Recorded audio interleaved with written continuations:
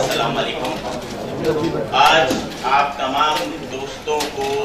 کل کراچی میں ہونے والے ایک افسوسناک واقعے کی تفصیلات سے آگاہ کرنے کے لیے مدعو کیا گیا ہے. آج کی اس پریس کانفرنس میں میرے ساتھ میرے دائیں طرف ہمارے رابطہ کمیٹی کے اراکین یوسف شاوانی بھائی اور گلفراز خٹک بھائی بیٹھے ہوئے ہیں، اور میرے بائیں طرف قاسم رضا بھائی اور توصیف شہزادہ بھائی موجود ہیں،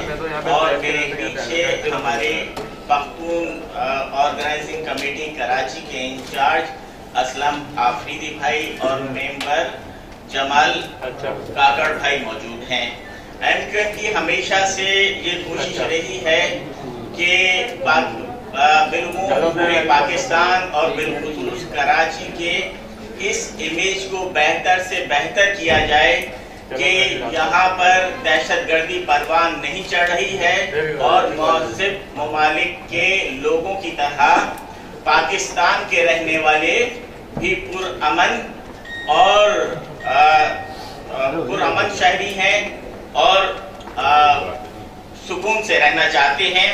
تو میں اپنے پریس کانفرنس کا آغاز کرتا ہوں. معزز صحافی حضرات، السلام علیکم. سب سے پہلے تو ہم اس پریس کانفرنس میں تشریف لانے پر آپ تمام صحافی حضرات کا شکریہ ادا کرتے ہیں.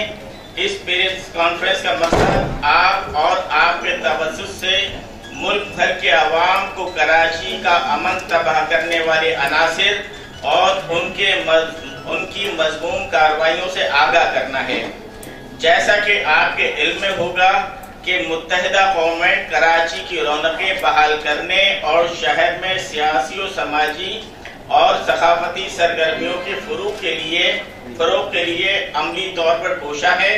اور اس سلسلے میں شہر کے مختلف علاقوں میں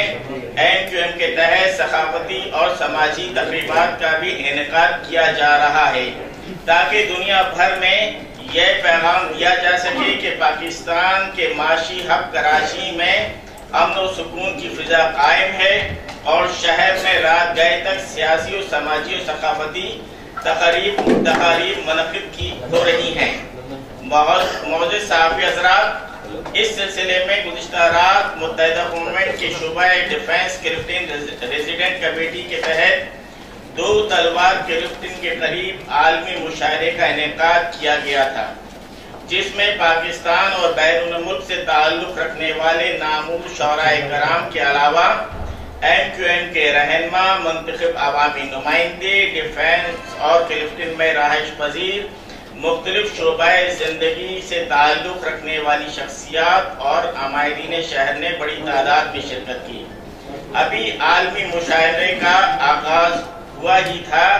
کہ گاڑیوں میں سوار دہشت گردوں نے جدید ہتھیاروں کی مدد سے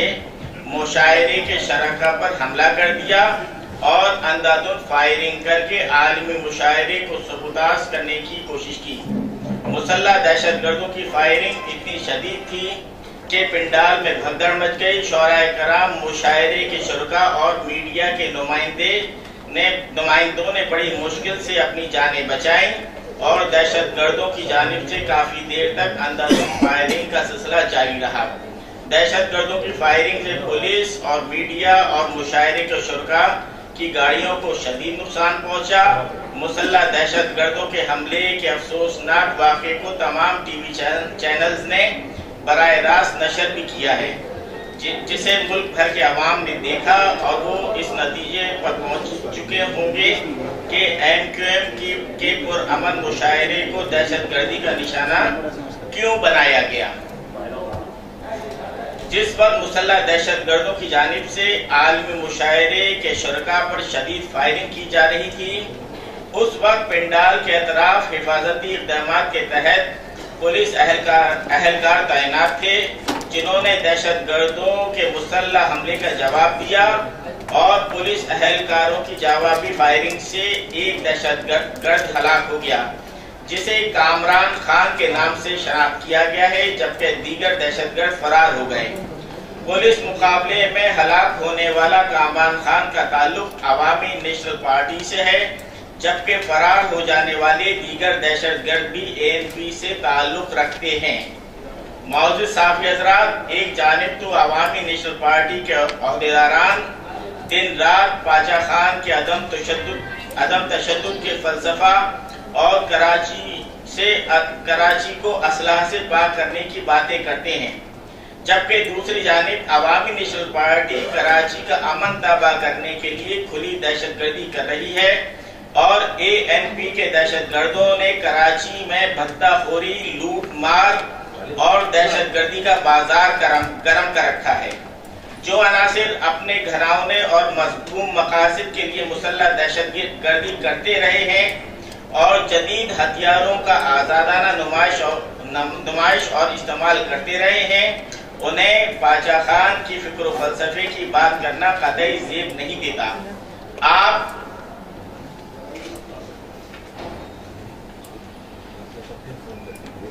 اس حقیقت سے بھی واقف ہوں گے کہ چند روز قبل عوامی نیشنل پارٹی کے دہشت گردوں نے جنگ اور جیو نیوز کے دفاتر پر فائرنگ کی اور شہر کے مختلف علاقوں میں کیبل آپریٹرز کو بہیمانہ تشدد کا نشانہ بنایا، انہیں سنگین نتائج کی دھمکیاں دی اور کیبلز کاٹ کر انہیں شدید مالی نقصان پہنچایا۔ ان تمام واقعات سے ملک بھر کے عوام جان چکے ہیں کہ کراچی میں ہونے والی دہشت گردی اور قتل و غارت گری میں عوامی نیشنل پارٹی براہ راست ملوث ہے، اور ANP کو کراچی میں امن و سکون کی فضا ایک آنکھ نہیں بار رہی ہے، اور وہ بے گناہ شہریوں کو اپنی مسلح دہشت گردی کا نشانہ بنا کر ہراساں کرنا چاہتی ہے تاکہ کراچی کی رونقوں کو تباہ کیا جا سکے۔ ہم سمجھتے ہیں کہ صوبہ خیبر پختونخوا میں عوامی نیشنل پارٹی کی حکومت شہریوں کی جان و مال کے تحفظ میں بری طرح ناکام ہو چکی ہے، اور اس کی کرپشن کے قصے دنیا بھر میں عام ہو چکے ہیں،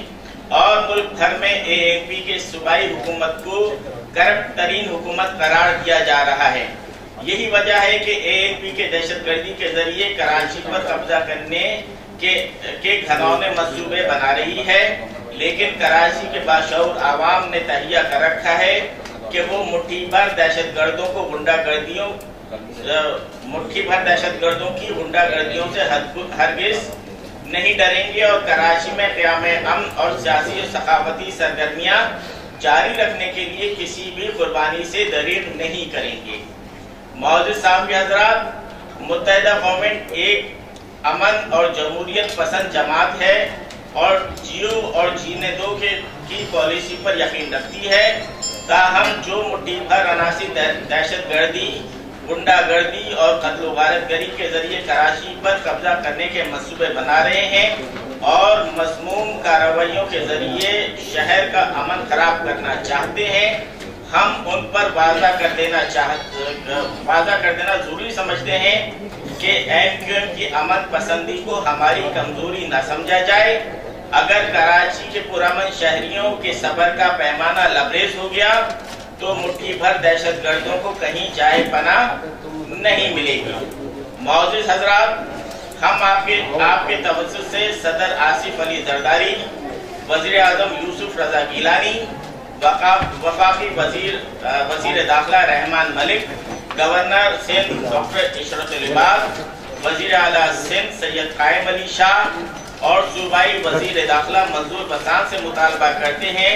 کہ ثبوت و شواہد کی روشنی میں MQM کے عالمی مشاہرے کی شرکا پر مسلح حملہ کرنے والے ANP کے دہشت گردوں اور ان کے سرپرستوں کو گرفتار کیا جائے، کراچی میں دہشت گردی اور لوٹ مار کا بازار گرم کرنے والے ANP کے دہشت گردوں کو قانون کے مطابق سخت ترین سزا دی جائے، اور کراچی کا امن غارت کرنے اور دہشت گردی کے ذریعے کراچی کی رونقیں تباہ کرنے کی سازش کو ناکام بنانے کے لیے ہنگامی بنیادوں پر